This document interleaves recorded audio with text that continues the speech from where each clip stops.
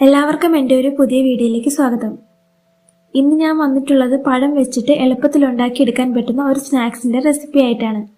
അപ്പം നമുക്കത് എങ്ങനെയാണ് ഉണ്ടാക്കുന്നതെന്ന് നോക്കാം. ഈ ഒരു സ്നാക്സ് ഉണ്ടാക്കാനായിട്ട് ഞാനിപ്പോൾ ഇവിടെ 2 നേന്ത്രപ്പഴം തൊലി കളഞ്ഞ് ഇതുപോലെ ഒന്ന് ചെറുതായിട്ട് കട്ട് ചെയ്ത് മാറ്റി വെക്കുന്നുണ്ട്. അത്യാവശ്യം പഴുത്ത പഴം തന്നെ എടുക്കുക, അതായിരിക്കും ഇതിലേക്ക് കൂടുതൽ ടേസ്റ്റ് ഉണ്ടാവുക. ഇനി ഒരു പാൻ അടുപ്പത്ത് വെച്ച് അതിലേക്ക് 1 ടേബിൾ സ്പൂൺ നെയ്യ് ഒഴിച്ചു കൊടുക്കാം. നെയ്യ് ഒന്ന് ചൂടായി വരുന്ന സമയത്ത് നമുക്കിതിലേക്ക് കട്ട് ചെയ്ത് വെച്ചിട്ടുള്ള പഴം ചേർത്ത് നന്നായിട്ടൊന്ന് വഴറ്റിയെടുക്കാം.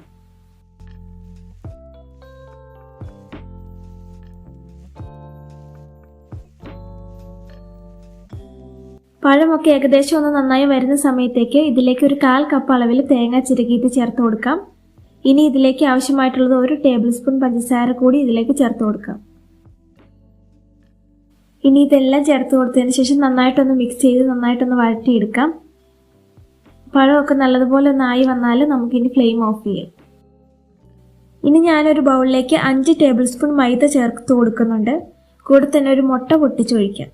ഇനി ഇതിലേക്ക് കുറച്ച് വെള്ളം ഒഴിച്ചു കൊടുത്തിട്ട് നല്ലപോലെ ഒന്ന് മിക്സ് ആക്കി എടുക്കാം.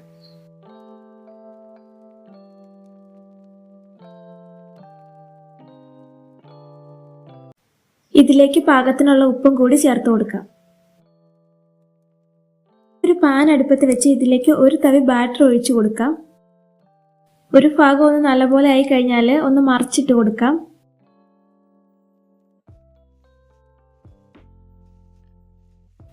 ഇനി നമുക്ക് ചൂടോട് കൂടി തന്നെ ഇതിലേക്ക് ഫില്ലിങ്സ് വെച്ച് കൊടുക്കാം.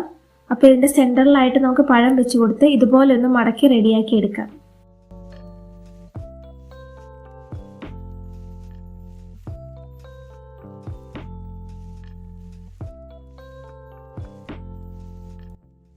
എല്ലാം ഇതുപോലെ ഒന്ന് റെഡിയാക്കി കഴിഞ്ഞാൽ ചെറിയൊരു കോട്ടിങ് കൂടി നമുക്ക് കൊടുക്കാം.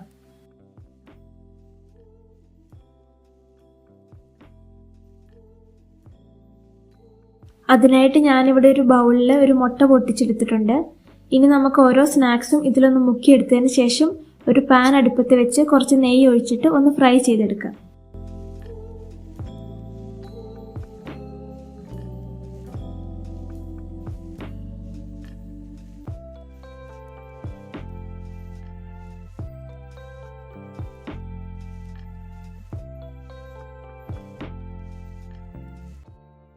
രണ്ട് വശവും നല്ലതുപോലെ ഒന്ന് ഫ്രൈ ചെയ്തെടുക്കാം.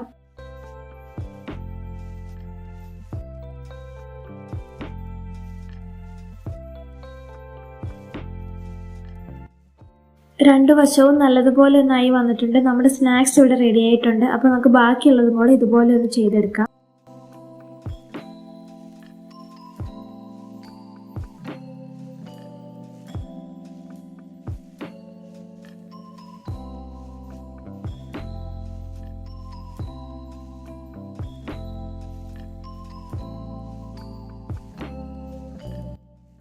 അപ്പോൾ എല്ലാവരും ഒന്ന് ട്രൈ ചെയ്ത് നോക്കുക. വീഡിയോ ഇഷ്ടപ്പെട്ടാൽ ചാനലൊന്നും മറക്കാതെ ലൈക്ക് ചെയ്ത് സബ്സ്ക്രൈബ് ചെയ്ത് സപ്പോർട്ട് ചെയ്യുക.